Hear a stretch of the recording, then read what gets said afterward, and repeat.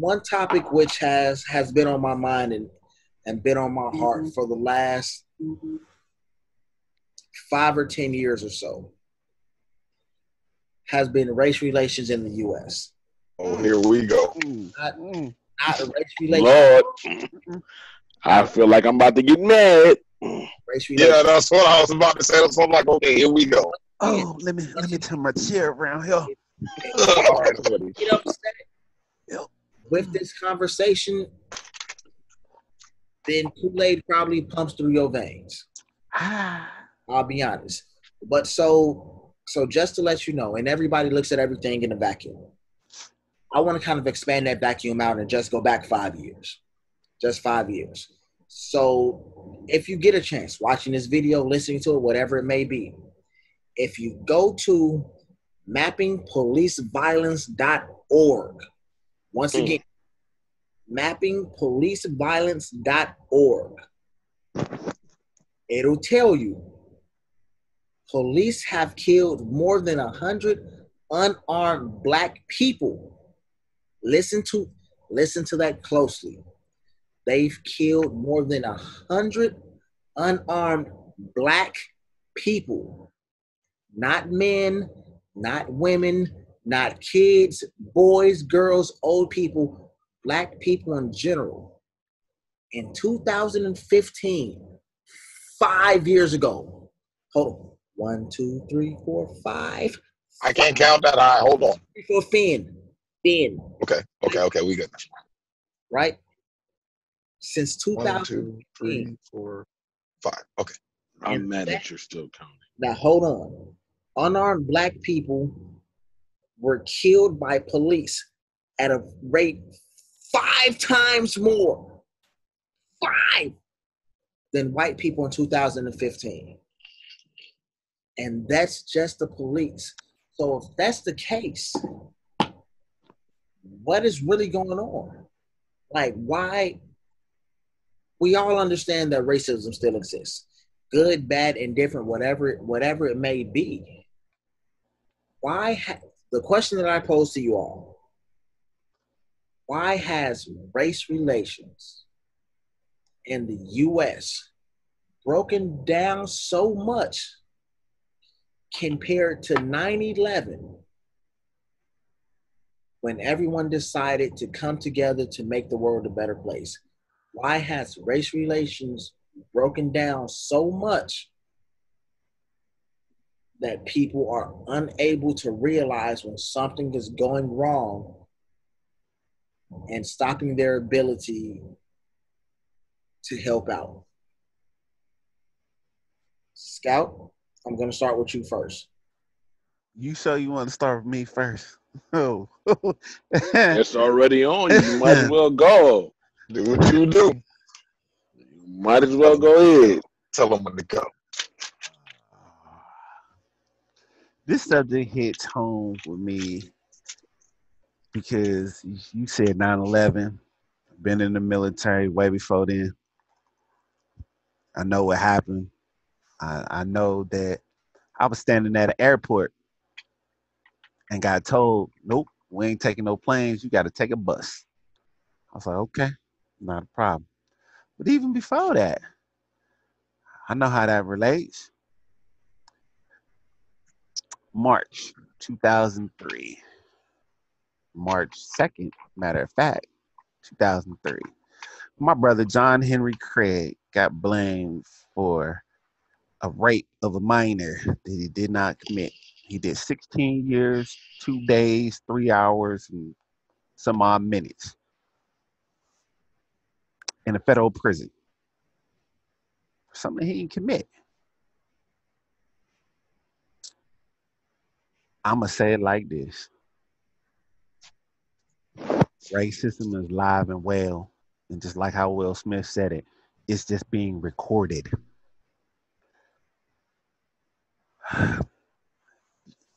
People say people's mindset has changed.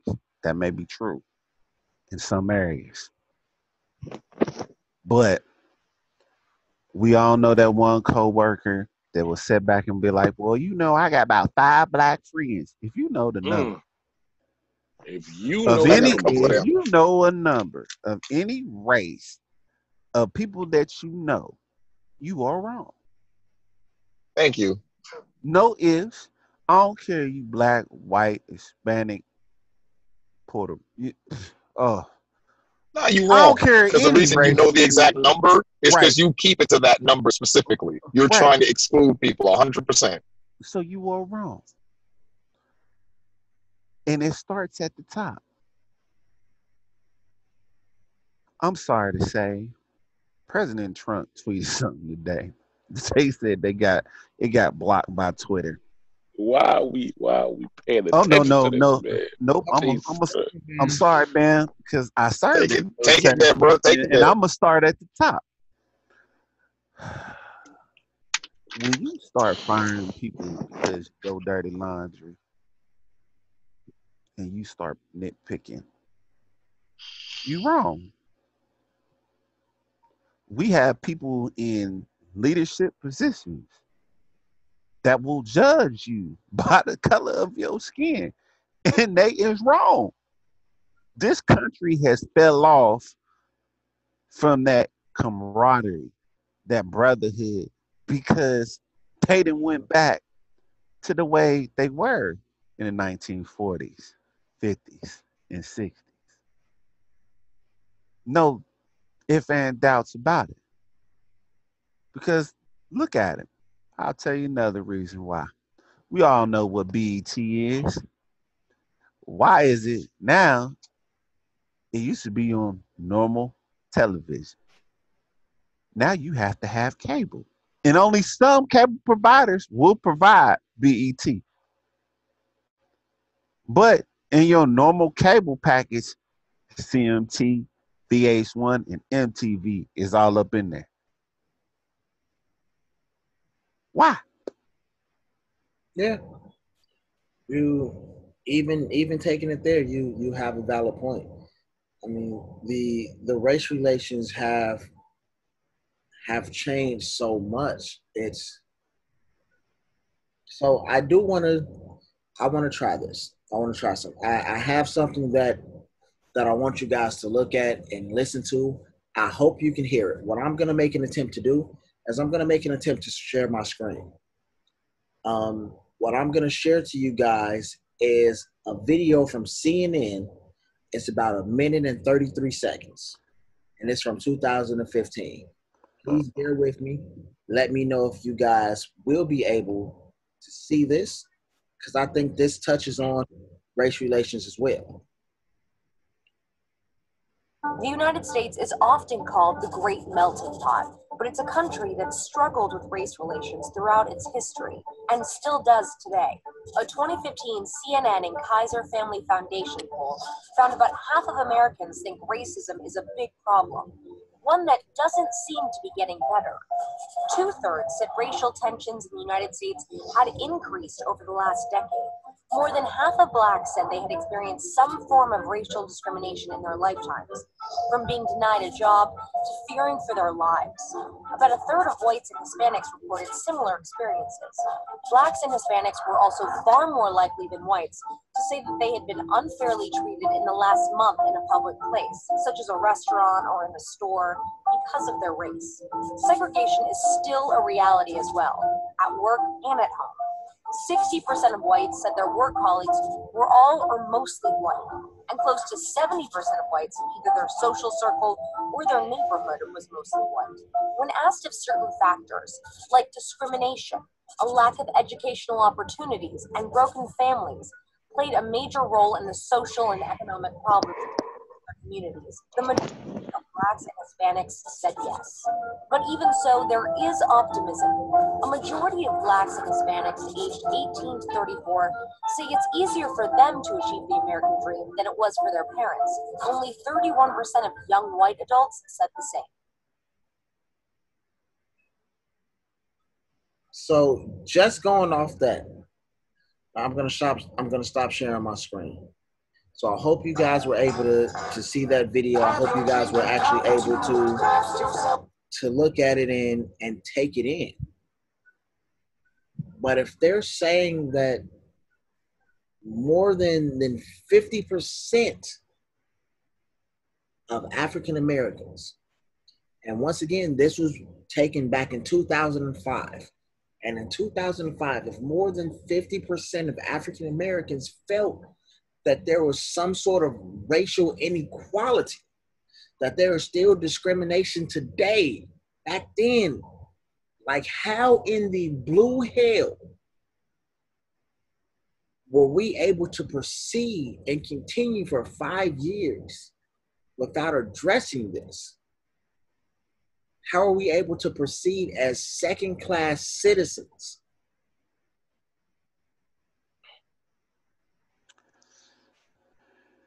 How do we allow this to happen?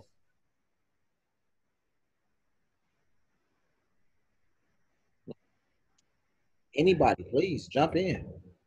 Oh, I'm gonna let Bam take the floor on this one. Go ahead. Why the resident? You know I'm the resident Negro. No, because I think I'm worse than you in these situations, but you're actually able to articulate. I get real niggerish.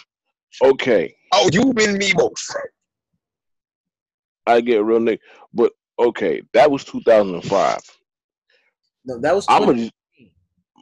That was once again, that was only 5 years ago. Oh, that was 2015. Only 5 years ago. Okay. So, and this is just me throwing out a theory that I've been feeling for a minute. These white people, they scared of us. Especially if you look at it now, and that was 5 years ago. If you look at it now and you study it now, we're becoming the majority. Yeah. That's why they ain't got no problem killing us. Trayvon Martin, Sean Bell, Eric Gardner, the dude in Minnesota, Floyd, the dude in Minnesota, George Floyd, the girl in Texas that got shot through the window playing video games with a nephew. I mean, we can go, but you see, we can go on. Folsom John. The boy. Only thing I gotta say, not to cut you off, Bam, is I think it's more than just white people. I'm not just making it a white thing. No, I'm not saying you are. What I'm saying is, as a whole, I think it's more than just white people. Because look at it. Nowadays, the same neighborhood is what they used to live in, or was predominantly their race. We moving in. Or they'll have a mixed child or something else down the line. They getting afraid of that because it's going, for the last about decade or so more, it's going outside the norm. It's no longer the traditional white home, Black America, Hispanic America. Nah, it ain't that no more. It's, Laquan, they name me. Or Jesus got LaQuisha. It's totally different than what it used to be. Boy. And I think a lot of people cannot accept that. And I mean on all fronts. Because it's even as us as a people, I know for a fact, they've looked at my kids. Why was you with her? Because I really don't see none of this. I see how she was treating me or whatever else. And we got kids. So I don't see that. I see the fact of, if somebody treats you right, this right here don't matter. It's what's in here. And more people have forgotten that. And then they get angry. And they get, oh, well, it breaks down our household, or you're discrimination against your race. For what? Or you gotta uphold. Uphold your race. For what? You're not discriminating or shaming yourself. You trying to better yourself and better them. So why not lift each other up instead of all this? Oh well, you could have just married a healthy, beautiful black queen. Yeah, I could have. That just didn't happen. I'm not saying that she ain't a queen. So what is you saying? Because at the end of the day, shouldn't the person to your left or right be your king or queen anyway? Because they with you? Now my cousin is sitting on this podcast, and he'll tell you, me, I love my black women. But we had this conversation. We had this conversation today. He'll tell you, 10 years ago, maybe 12 years ago. Damn, I know how long. 2008, came back to Florida. He was staying with his girl. They have a roommate.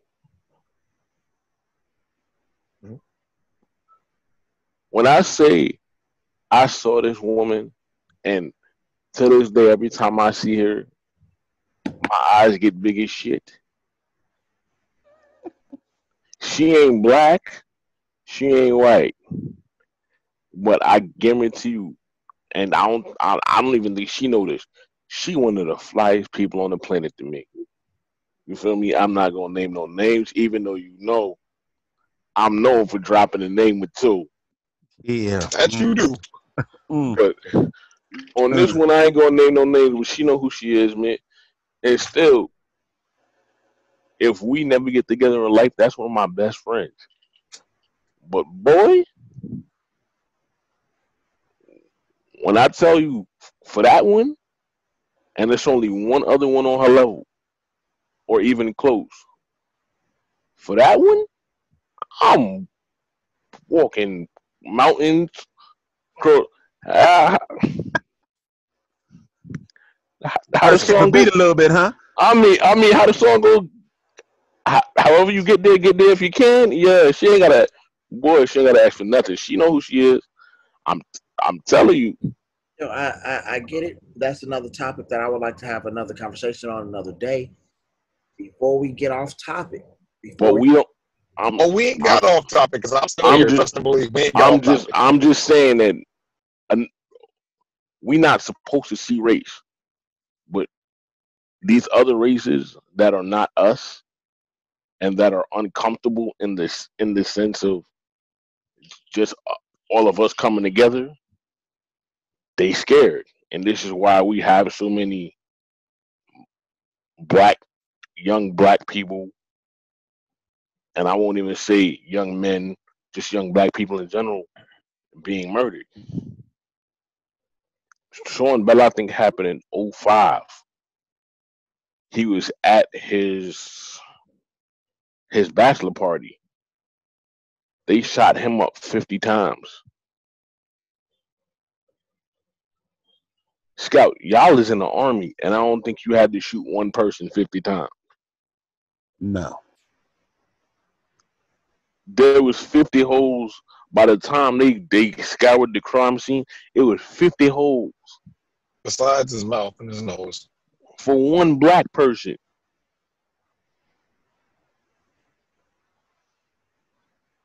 For what? And most of the times these cops get a slap on the wrist. These people in Minnesota just got fired, and that's probably all they're gonna get. Nah, I think actually they did arrest the guy in the video. Yeah, they arrested him. Say what the charges are, but they arrested him. No, they arrested him today, and he's under third-degree murder charges. Yeah, because they're not gonna get murder one. Right. He gonna get arrested. But I guarantee when they go to when they go to trial, when he go to trial, he not gonna get what he deserved. Ahmaud Arbery. Maybe on the back end. I don't know. In Georgia, this man was running. He run all the time. He's a jogger. If you watch the CNN report, they say that's what he do. If it's not raining, that nigga running. All right. So, black man, before you go off and speak your piece, for those of you that aren't familiar with what the different degrees of murder are, we're not talking about class X felonies because you go under the jail for shit like that. Third degree murder is basically manslaughter. First degree murder is premeditated. So basically, stalking somebody over a few days to plan out how you will murder them. Second degree murder is heat of the moment. You walk in, your wife's fucking somebody, and you're like, "Oh shit, you dirty bitch," and you shoot her in the gut. But that's basically what that is. So in Mr. Floyd, the officer whose knee was, I'm not going to say blocking, I'm not going to say cutting off, I'm going to say constricting his airway, is currently being charged with third degree murder. So think about that. You are a public servant and you intentionally put your knee on someone's neck. Think about how fucked up this is. Myself and Scout were in the military. Scout, did they tell you to do that in combatives? Was that approved? No. Far from it.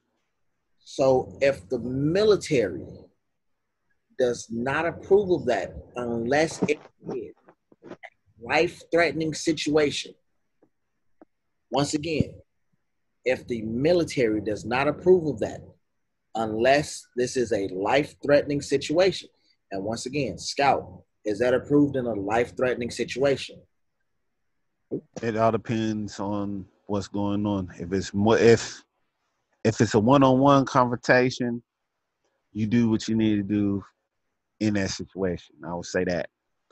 But if it's more than one and it's a detainee or a detainee for any reason, you do not have the green light to do that at all. Right. That is not part of the detainee class that we go through. But really, now, think about it.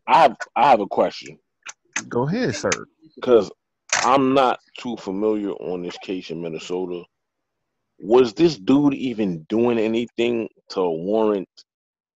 Supposedly, he tried to pass a fake $20 bill. Right, and for this particular case, this gentleman, as Black Man said, tried to pass phony money. I'm not sure. They never say if he was aware of it or what it was. Yeah, that was going to be my next question. Was he even aware? Apparently, from what I heard, he left the store after the bill was rejected, and then the gentleman called the police. I don't know. That's what I heard. I'm not sure if that's the case. I haven't heard that in any research. I just did hear that over a circle of people talking. So, Bam, to answer your question, there are still bits of information that we don't know about. Of course. But if you look at the video, this gentleman is not resisting. Not really much you need after that. Like he's following along with the officers. He's doing everything that he is supposed to do. And that's when they put him on the ground. And they put him on the ground behind the car so the camera can't see what's going on. Scout, it looks like you had something to say. And I will ask, is that a good book that you're holding or just a book? It's a notebook. Okay, I thought that was a good book for a second. Go ahead. I have did the research on Mr. George Floyd. And there's several videos. And it was a video today from the store from the alleged $20 bill mishap. It started with them detaining Mr. George and pulling him out of his car that was across the street from the officer's car. An ATM in a store surveillance camera caught it. to discredit what the Minneapolis Police Department released a statement on Monday that said that he was resisting. That came out to be false because this new video that got shown and proven today from the store camera and the ATM that he was at that stored it with the $20 bill. They pulled that man out of his car, which it shows clear as day that he was not resisting. Now, Reed, me and you, like we said before, has been in the military. Total of 4 trained officers, 1 individual who was supposed not high. To be trained officers. They went through some type of training to get that badge. I will give them that much, and I will not badmouth every cop because all cops are not always dirty. Because I have police officers in my family. Not all cops is dirty or wrong, but for the ones that are, it discredits and shames the ones that actually try to do their job right. I will say that. Yep.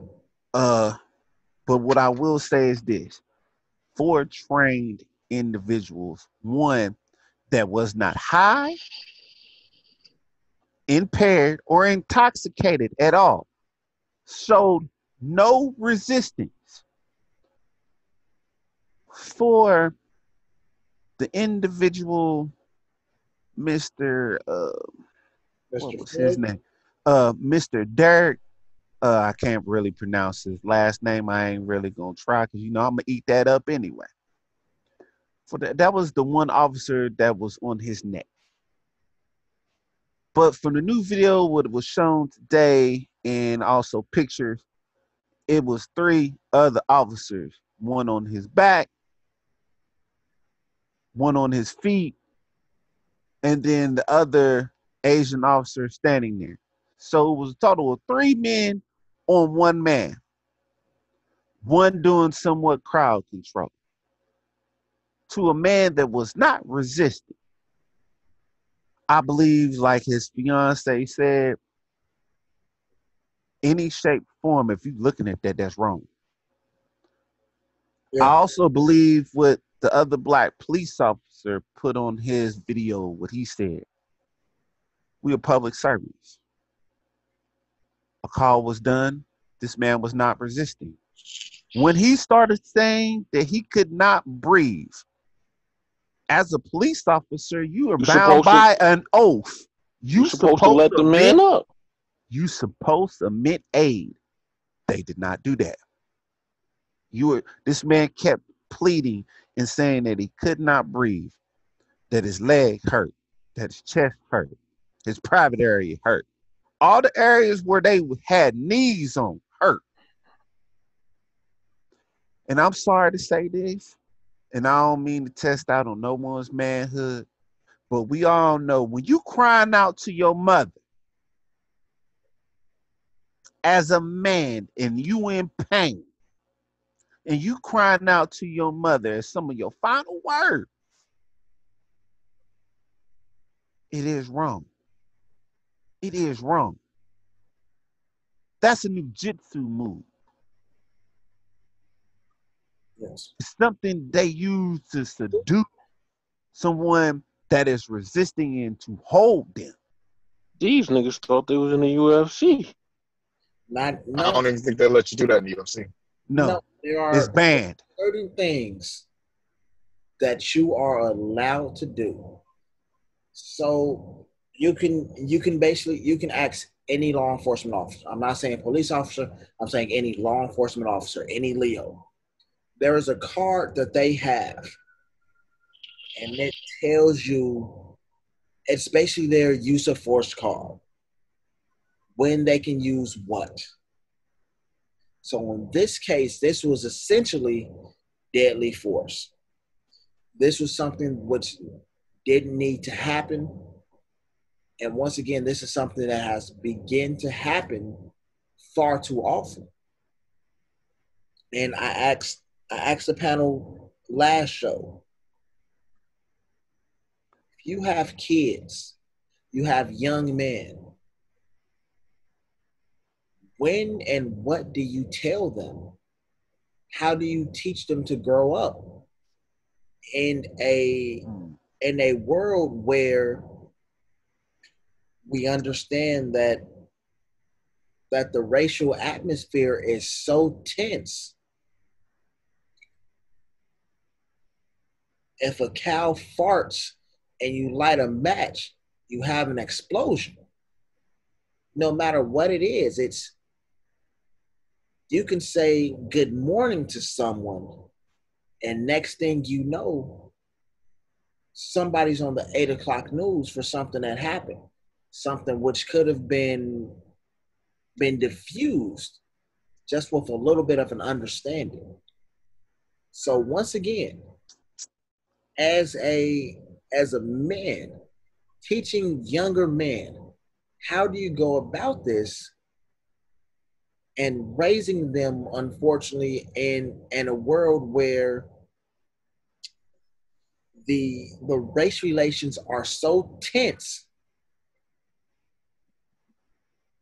that anything can start a race war? How do you get them to grow up and understand who they are and the best way to navigate through what's going on? Scout, black man, since you all have kids, I really want you two to answer these questions. I'd rather let black men go first because I know exactly what I'm getting ready to say. Okay. All right, so you want me to answer this question first, or you want me to answer the question about why are the race relations in our country so bad? I mean, you let me know. They're all one question and the same. Answer it, I would say, to the best of your ability. With race relations, I can tie all of this in if you like. Oh shit! Go ahead and run with it. There you go. This nigga about to go off. We gonna play 6 degrees of separation. Yeah. See, bam, no, we about to play 6 degrees of separation. Hold on. All right. Let me just let everybody know who's watching this. The black man is not coming off the stoop, but he is about to stand on the stoop. So let me just make this clear. This is going to offend some people. Fuck it, I'm letting you know that now. I apologize. It's going to offend some people. Okay.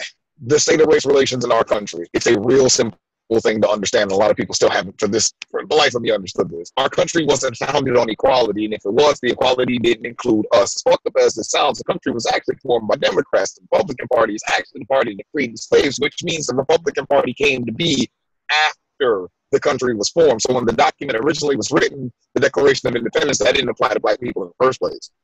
With that being said, take a walk with me down this line.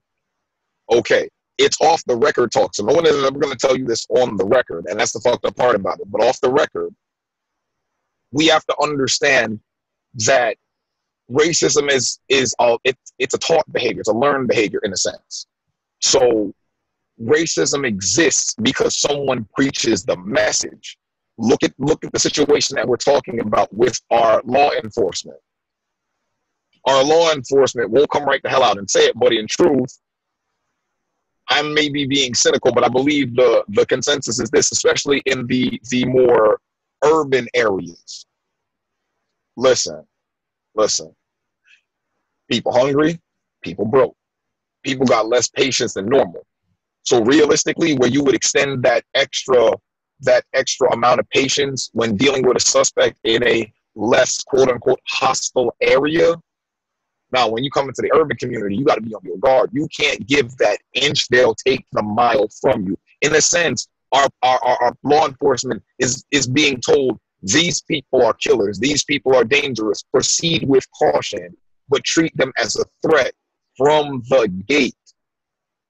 This is something that, like I said, off the record.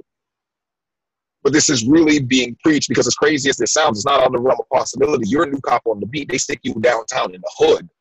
So you going to ask around the guys, hey, is there anything I should know? Is there any spots I should avoid? How do I, in a sense, not get killed on my first shift?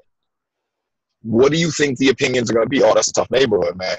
They're kind of rough over there. You can't give them an inch. You got to be careful with that. You risking your life by even giving them the second to breathe.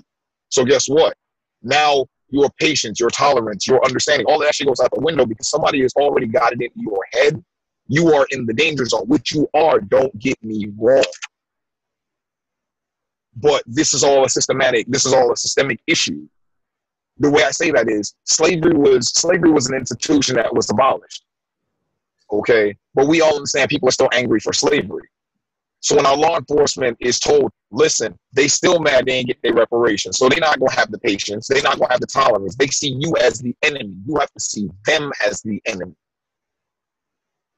And even if they don't say the last part, you have to see them as the enemy. When you tell an officer, when you tell a person behind the badge with a gun that got the right to kill, they see you as the enemy. Well, what do you think if someone sees you as the enemy and you have the ability to retaliate? I won't even say defend yourself, retaliate. What do? You keep your hand on your gun a little bit closer because you're thinking already in your head. They've got the learned behavior now in your head. These people are deemed a threat. These people are angry. These people are outraged, probably because they're outraged for some shit that should have probably been cleared up a couple of years ago, but we're not even going to get into that. So the state of race relations in our country is that minorities are to be feared because they are dangerous. Because they are a danger to the establishment, to the institution. You know, there's a lot of talk about how come there aren't black-owned businesses, churches, banks, and things of that nature. Without any of that to stand on, there is no guide to go by. I know this is gonna sound fucked up, but white America can't say Joe nigga over there got a bank and he's actually doing good. You know what? Maybe niggas actually do know what the fuck they doing. They can't do that. They can't do that because we don't have that track record to show them. Because unfortunately, we too busy dealing with popping bottles of champagne and hoes in the club. When we really should be strengthening our own community to show people that, look, we can be, in a sense, quote unquote, trusted with positions of power that we won't abuse like other people have. The problem is, I know that's an idealistic society, but in truth, we're not united in a front enough to, in a sense, not fight oppression. Because whenever you fight something, somebody's being attacked on either side, but not in the sense to fight oppression, but to carve out a lane for ourselves that we can exist in, free of the oppression. You know what I mean? In a sense, I know all of these situations is fucked up. Trust me, I know all of these situations is fucked up. Even with the girl that died because her neighbor called the cops. It's like, yo, the door open, it's 2 o'clock in the morning, I don't see nobody. They just dump shots in the window. But what I mean by that is, as fucked up as it sounds, it's hard to, but you kind of have to put yourself in a position where you navigate around the bigotry because you know it's there. As to your second question is, what do we teach young males? I got an 8-year-old kid. My son's he's half Jamaican, a quarter Dominican, and a quarter Puerto Rican. Told my son this, and I know he doesn't get it now because he's at that naive stage. He's 8. But it's like, bro, you have to understand, the deck was already stacked against you. With that being said, you don't have to fold. This is how you can navigate through it. You can still win. It's a little bit harder, and that might not be fair. I get it. But unfortunately, there's nothing we can do at the moment other than a pacifistic course. Because trying to attack the establishment, trying to run it on head on, will be misconstrued. It will be turned around and used to manipulate us. So until we, in a sense, not fight the oppression, but we take the fight that we would have used to fight the oppression to build ourselves up, to show that, you know what, we can stand as a united people. We can coexist in a positive manner. So that way, when you go into the hood, you know what I mean? Yeah, you're thinking, you know what, dude on the corner serving rocks, chick in the back of the alley sucking dick for a quarter. But you know what? At the end of the day, these people ain't a threat to us. As when I say us, I mean the people with the badge. They're not a threat to us. They're basically doing whatever it is they're doing, legal or illegal. But they're doing that in a manner that's not necessarily affecting the rest of society in a detriment. Granted, if you're going to sell drugs to your own city, that's fucked up in the world. But at the same time, you're killing your own city. And I know that sounds fucked up, but we're not going to let that branch outward. You get what I'm saying? If we don't put ourselves in the bullseye, which is hard, and I know it's not fair, but hell, slavery in itself wasn't fair. That's how we got here. The most we can do is try to make the best of it, try to show that, again, we are not to be feared, we are to be respected. But the thing is, when you do not get respect, you tend to try and take respect. That breeds fear. It's not easy. Trust me, it's not easy. I've said this constantly tons and tons of times. In my head, I promise you, I wish I could paint or draw, because in my head, Dr. King and Malcolm X are playing chess. And the image that I get is Malcolm has his hand on the chess piece, looking at Dr. King and saying, is it my move yet? And I believe that's where we're going, where people are like, you know what, we haven't gotten the respect, so we're going to take the respect. Instead of empowering ourselves to earn the respect, we're going to go take the respect we feel we haven't gotten that we deserve, which I understand the sentiment. But overall, all that's going to do is paint you in the light that the people who are educating people to fear us, that's going to be what they point to. And it's, again, it's a fucked up situation. I understand that. And hell, not every cop is evil, and not every white person's racist. Not every Spanish person's racist, but some do exist. I know this. So as far as race relations go, the only thing we can do, I think, to improve race relations, as well as to educate the young males coming after us, especially whether they be minorities or not, is to teach them, look, we want to include everybody. But as fucked up as this sounds, we learn at a later age, everybody can't go. So with that being said, just understand that that is a possibility. It doesn't have to be an eventuality, but it is a possibility. Proceed knowing that that could be the case. Proceed knowing that, you know, Billy that sits behind you, y'all cool in first, second, third, fourth, but by the time you get to fifth grade, Billy start hanging out with some other people, and you know what? Guess what? Billy's mind starts to change. You can't do anything about that. You can't even fight that as much as you want to. The only thing you can do is show Billy, you know what, me and you was cool from we was kids. There's a reason why we were friends. There's a reason why no matter what these people are telling you, you know me. I don't pose you that threat. Even though they're being taught that at home.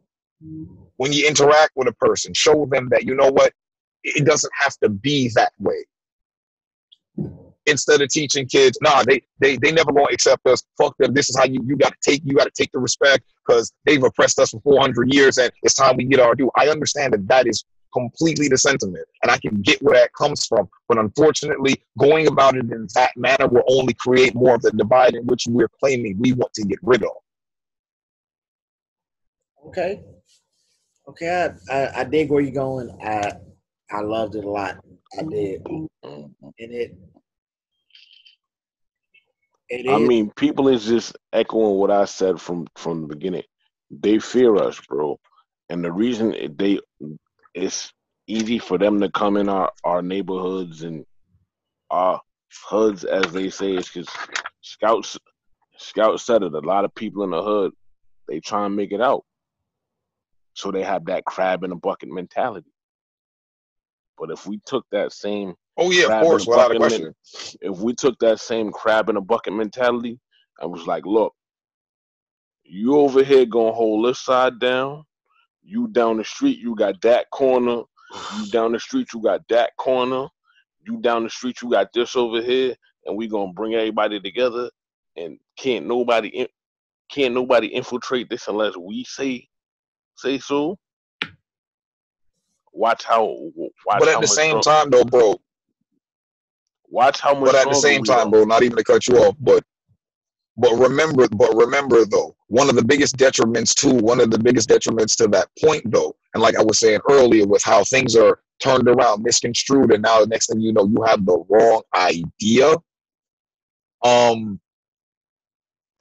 As much as I hate to say this, it's a point that you made up earlier when you listen to music these days. You know what I mean? The way that the hip hop lifestyle, in a sense, is glorified. That's what people use to say, you see, that makes them dangerous. They rap about selling drugs and carrying guns. They're telling you they're dangerous people. And unfortunately, people are trying to live that image. So in a sense, you're confirming the prejudice that someone was given. And then you're claiming, no, I want to be seen as an individual. I understand that completely, but in the sense of the way you carry yourself, this is what people are going to think, and they're not crazy for thinking. And so we have to carry ourselves better as a people, as a community, to show that we are not the threat. Dude, you're right. We should. I take that back. Fuck should. We have to. We have to find and figure out a way to do this. But it looks like Scout has That nigga stewing over there, boy. Oh, hold on. Since he's stewing, let me get ready. Hold on. Let me get ready. Go ahead. He's stewing, boy. Scout. That nigga over there. You may I'm not gonna get on my soapbox for the rest of this show. Oh, you not gonna get on the soapbox? No. Hold on, man. Because black man. Because if I'm correct, Scout, you have two older sons.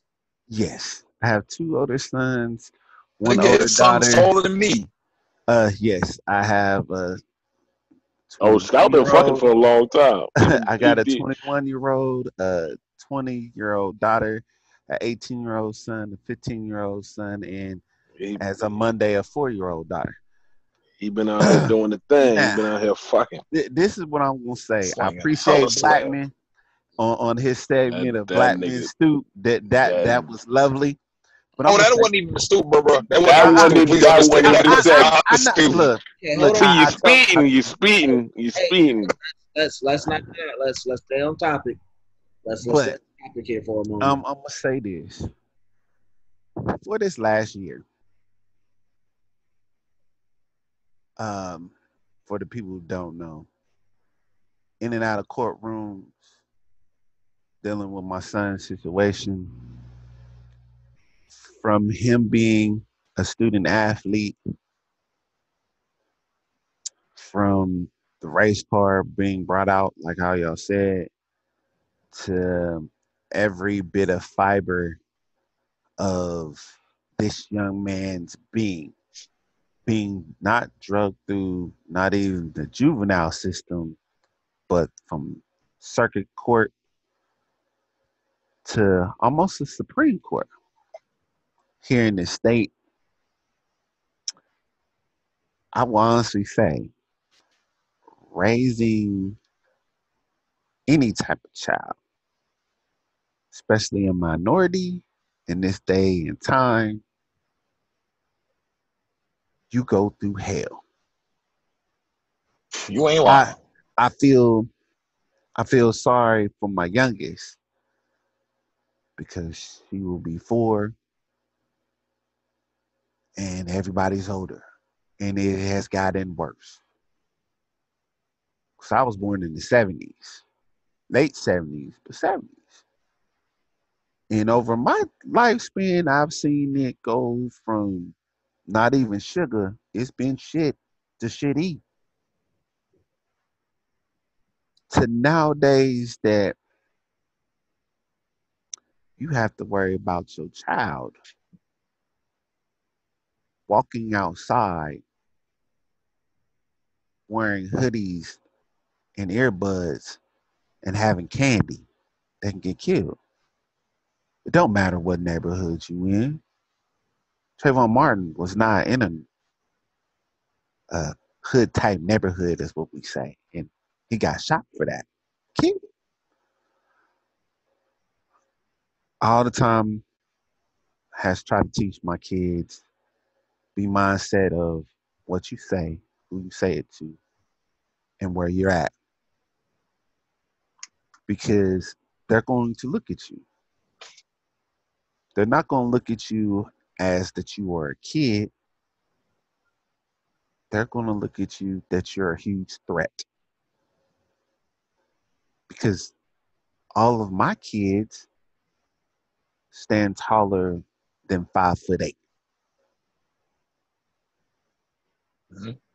And in law enforcement's eyes, and even some civilians' eyes, that's a threat. Especially more so it's a threat if you are the male gender. Mm-hmm. I'm not going to say I condoned what went on with my youngest son this past school year. I'm not going to say that. Because the root of it is it happened. But the way how things were handled and the way how the other individual's parents acted. At the end of the day, my son is 15. When a grown man tells a 15-year-old, I'm going to whoop your ass, I'm sorry. There's a line there. If you have any altercation with a child and you grown, you wrong. Unless it's your child. If it's your child, all means to a certain extent. But if it's someone else's child, don't do that. Because I'm going to tell you what's going to happen over here. And I'm going to say this in the most nicest way possible.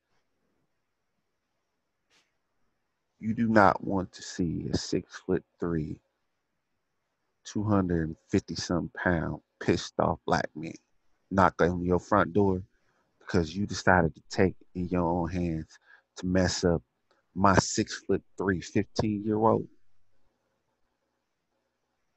Because I won't have no remorse. Because then I will turn into that stereotype. I will not give a damn if I drag you out in front of your family and you sitting there at dinner. Your whole family can come outside with you.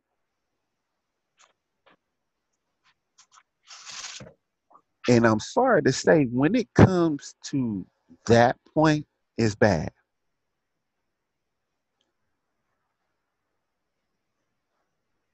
Nowadays, you just have to be mindful. And it boils back down to what Bam said. It comes with home training.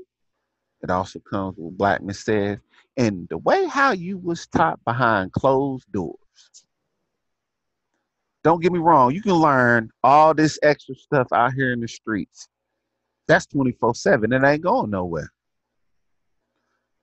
But the moral fiber of yourself is learned at home. It's true. If you see it 24/7, 9 times out of 10, you're going to repeat that process because that's what you're seeing. I implore young people, you do not have to fall into the norm. In the military, we call this your brain bucket. But since I'm a little bit older, I'm going to say it as a term. A lot of niggas' brain buckets is empty. True. But I'm going to say it as a term that you can relate. Stop using your head as a hat rack. You have a mind up in there. You do not have to do the norm of what you see every day. You can strive to be better. And a lot of people take that phrase for granted. Because us as people, and I mean people as a whole human race, will choose the easy right than the hard left. Not to get on a religion soapbox, but I'll say it like this.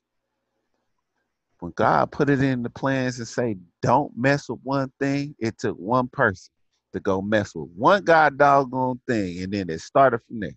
Well, and we have just kept going down the same track. Learning that's behavior. all I'm gonna say. I'm not gonna get on religion with it, but that's all I'm gonna say. It look here. That's one thing.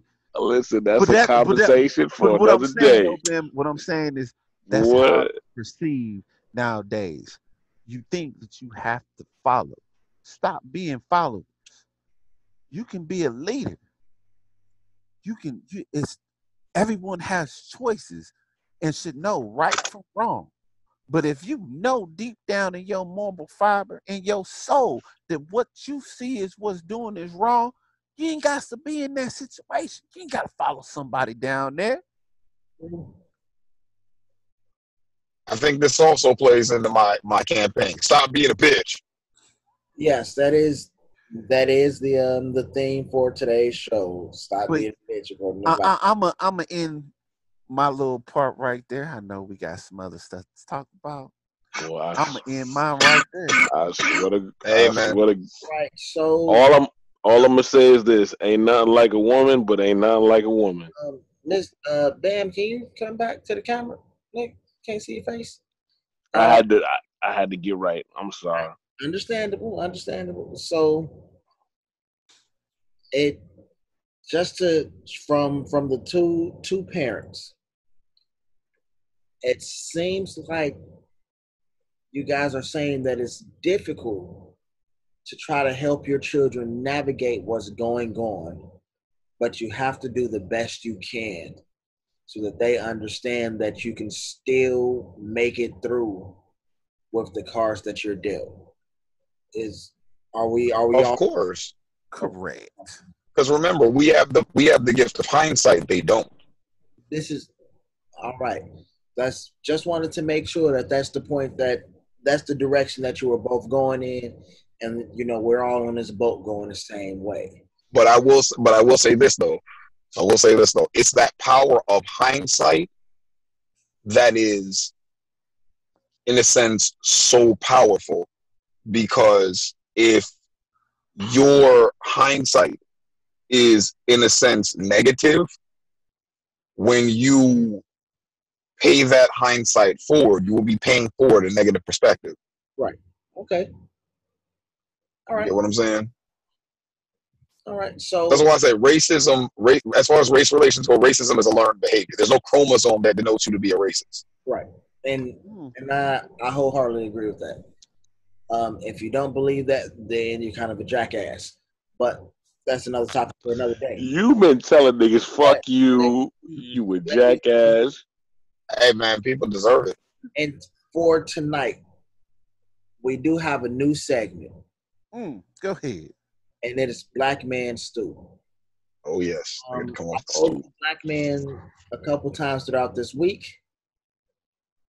And there's a couple things that it doesn't grind his gears, but he has a lot. I mean, there are a lot of things on my nerves, man. It is what it is. That he wants to get off. So at this wait a minute before we do this, right? Because Reed tried to take the political. We gonna hand nope. We gonna hand it over to Black Man. Boy. Black Man. All right. Hey, I mean, look. I'm not even coming off the stoop. I'm not even coming off the stoop that hard about it. You know what I mean? It's something real simple. It's something that's actually current right now. Look, I'm gonna just be real. My voice is hoarse because I actually got into a shouting match with a coworker today. I literally almost knocked him the fuck out. I promise. Someone tried to interject in the conversation and almost knocked him the fuck out too, because I'm like, I'm not talking to you, and he's not talking to you either. The focus is on what I'm saying. So I know I could get crazy about this. Thank God I'm not arguing this with anybody. So let's just keep this real simple. Our president literally is trying to pass legislation to censor social media. I'm sorry. The government can't step in to give orders, in a sense, to a private company about their product. That's ridiculous. Especially when the product is not harmful or detrimental to physically, I mean, in a sense, physically. Yeah, I know people trade threats on Twitter all the time. And if you really want to show up at somebody's house, by all means, do what you got to do. But realistically, when you break all of this down, the president made a tweet about mail-in balloting being a possible pitfall. True shit. The nigga ain't wrong. You know what I mean? It is what it is. If somebody ain't got to be that person, it's a way to forge shit. That's what forgery is. You know what I'm saying? It's in a sense, assuming somebody else's identity for whatever the purpose may be. Okay, so yes, when he says that could be a potential pitfall, he ain't wrong for that. I'm sorry, he's not wrong for that. But at the same time, for Twitter to slap a fact check on his tweet, I understand where you could see that as censorship, you could see that as political activism. Hell, it fucking might be. But at the same token, when you look up the definition, dictionary.com, hell, go on Google and fucking just type in the word censorship. Hell, type in censor, it'll take you to censorship. censorship is removing or prohibiting, in a sense, free speech. Twitter never did that. They never removed the tweet. They never deleted from the tweet. All they did was add to it. That's not censoring the tweet. And I know that sounds ridiculous, but I'm going to be honest with you. If any of you have actually seen any realistic court cases, some of the dumbest shit, hell, see how some of these people get rail fucking roaded. Sometimes it's not a perversion of the law.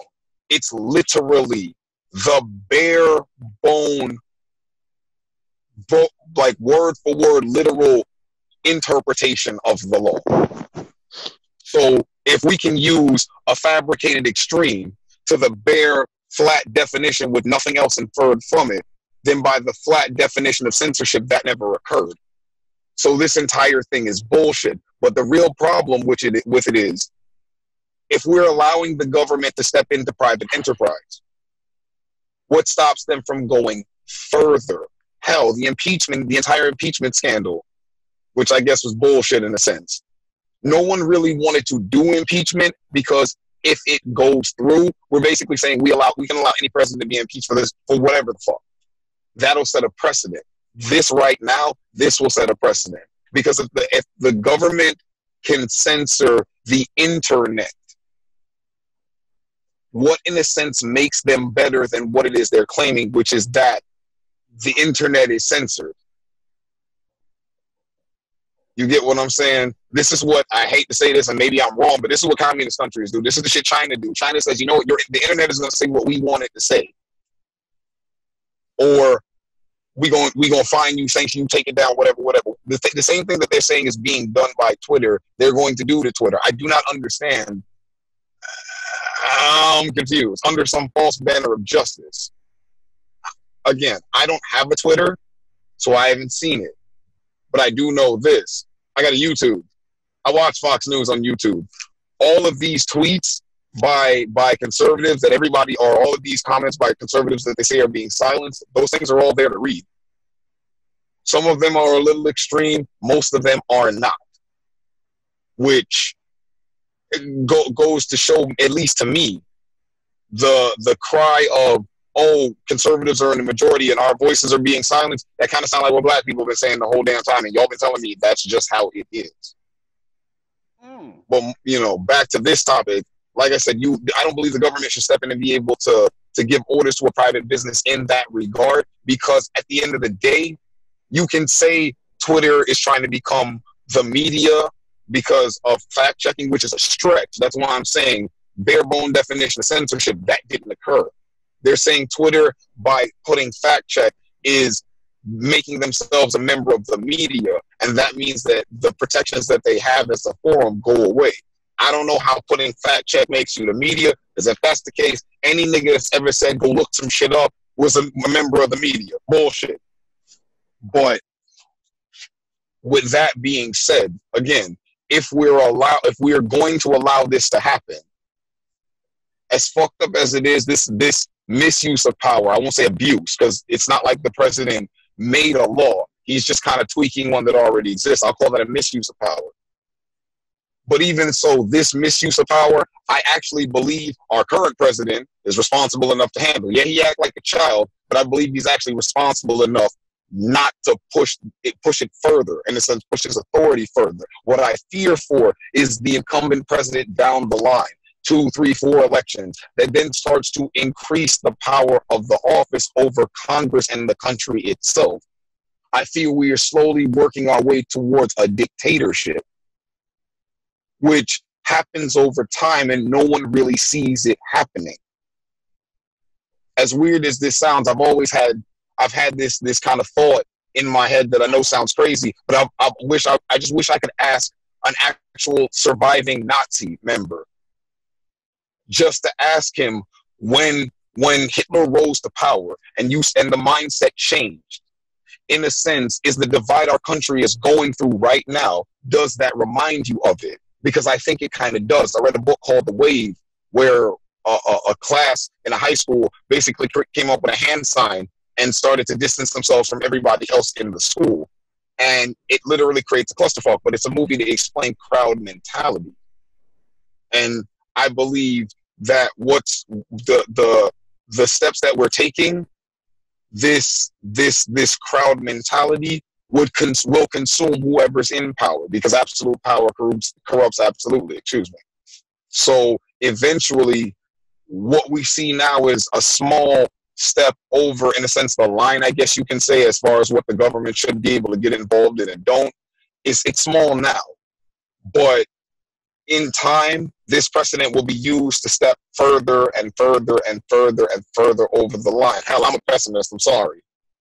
But I think that's something that, as a country, we should be wary of. Again, President Trump might not be the problem, but he'll be the genesis of the problem, if that makes sense. Again, if I offended anybody, I'm sorry, but I kind of don't really give a fuck, because it's just me saying how I feel. But with that being said, the black man gonna go back to sitting on the stoop. And that is Black Man Stoop. That is his first of many segments. Boy, I do hope that this conversation tonight was enlightening. Also, I hope it kind of irritated you a bit. Yeah, turn me a hoe for me. Hey man, why is this? Hey man, our mission statement is that we say the shit that people want to say, so let's say it. Right. So I'll be honest. If it didn't irritate you enough, or it didn't irritate you at all, you're probably fucked up, and you're probably part of the problem that we're having. Hey, look at it like this: we can irritate the fuck out of you, because based on what the president is saying, they can't censor us any fucking way. Please don't tell me that. No. Hey, if you gonna take Twitter's right to censor their own content away, the censoring the company itself, yeah, the government can intrude on anything. Get your guns now. Well, y'all already got that, but I'm just saying, because when they start kicking in the doors, yeah. So, it's the reason I'm telling niggas not to tell me that, because I'm Mr. 45 seconds in. Next week topics, and I kind of want to stay on this idea for a little bit more. The next week topics for next shows is going to be knockless warrants. Knockless warrants. Okay. And interracial relationships. Wait, hold on. Really? Did you say knockless warrants? Yes. Knockless warrants. When you look that up. Oh, I don't gotta look it up. Are the two topics that we'll have next week? Because that is already happening. Wait, we gonna have a conversation on interracial relationships? Yeah. All right, Bam, you on the sideline for this one then? Damn. You damn right I am, because I ain't never had an interracial relationship. So I know. It's all right. We'll leave everybody. We'll school you on a few things. Or we'll leave everybody on this note. Still is real. Words hurt. And the truth is the truth. Thank you for watching On The Reals. We'll catch you next time.